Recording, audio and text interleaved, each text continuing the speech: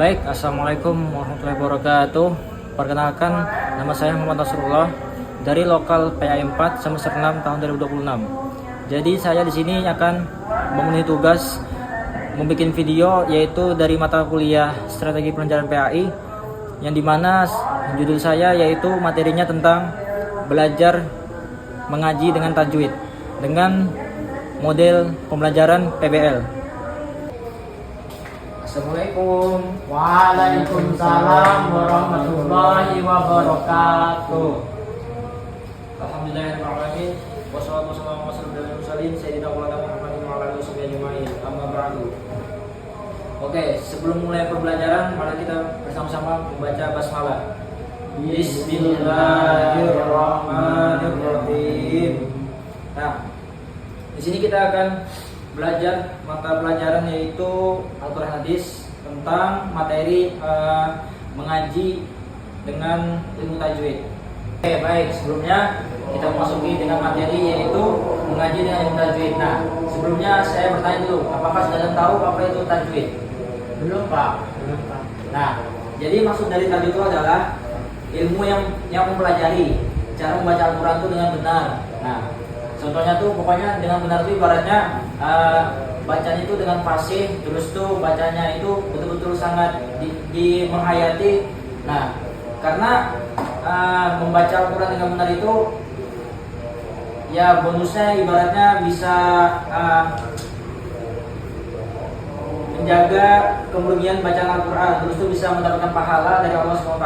Nah, kita dulu. Nah, terus selanjutnya itu ada tujuan mempelajari tajwid. Ada yang tahu nggak tujuan mempelajari tajwid itu apa aja? Nggak tahu Pak. Nah, kalau misalnya tahu, saya sebutkan nih ada 4.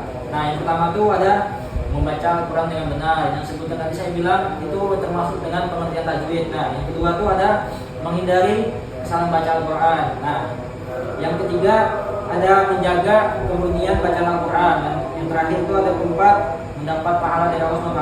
Nah, selanjutnya ada hukum tajwid. Ada yang tahu nggak di sini apa aja hukum tajwid itu? Belum tahu Pak. Apa aja sebutkan hukum-hukumnya tajwid? Yang pertama izhar, yang kedua idgham. Yang ketiga ikhfa sama ikhlas. nah, jadi kan tadi yang saya sebutkan itu kan ada 4 tuh hukum tajwidnya. Ada izhar, terus itu ada idgham sama ikhfa sama ikhlam. Nah, kalau izhar itu maksudnya itu nun sukun atau tanwin yang bertemu huruf alif, terus ada ha, kho sama a sama ghain sama ha. Nah, terus yang kedua ada idgham. Idgham itu artinya nun sukun atau tanwin juga yang bertemu huruf ada ya, terus itu ada ro, mim, lam, waw sama nun. Nah, yang terakhir yang ketiga ada ikhfa. Ikhfa itu ada 15 huruf lah. Nah, terus tuh yang terakhir itu ada iqlab. Iqlab itu nun sukun atau tanwin itu yang bertemu huruf dengan ba. Nah, tadi yang saya sebutkan tadi ada 4 hukum tajwid. Nah, saya mau tanya nih, apakah kalian semua ini ada problem atau masalah dengan membaca Al-Quran? Yusuf?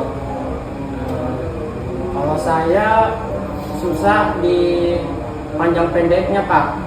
Oke, baik. Sekarang Dimas? Kalau saya yang paling susah tuh tajwidnya. Tajwidnya. Oke, baik.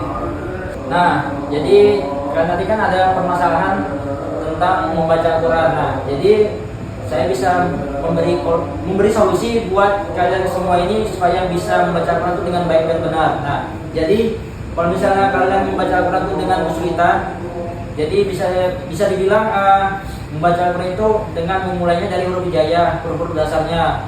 Nah, jadi bisa berlatih, terus tuh murojaah, terus tuh belajar dengan bimbingan guru dengan di rumah kalian masing-masing. Nah, terus tuh jangan ragu atau jangan malu-malu lah ibaratnya, karena kalau mengaji itu ibaratnya bisa mendapatkan pahala walaupun bacaan itu masih berbata-bata, karena Allah itu menjanjikan pahala ganda atau ibaratnya pahala yang berganda dengan bagi yang bersungguh-sungguh untuk belajar.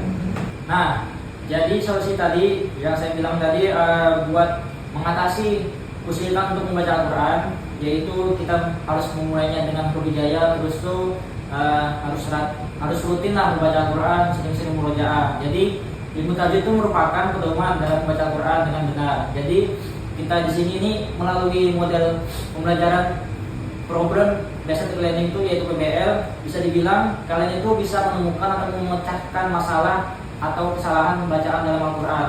Jadi bisa dibilang pemahaman ini dapat ditampilkan untuk membaca Al-Quran itu menjadi lebih baik ke depannya. Nah, itu saja yang bisa saya sampaikan. Kurang lebih mohon dimaafkan. Assalamualaikum warahmatullahi wabarakatuh. Waalaikumsalam warahmatullahi wabarakatuh.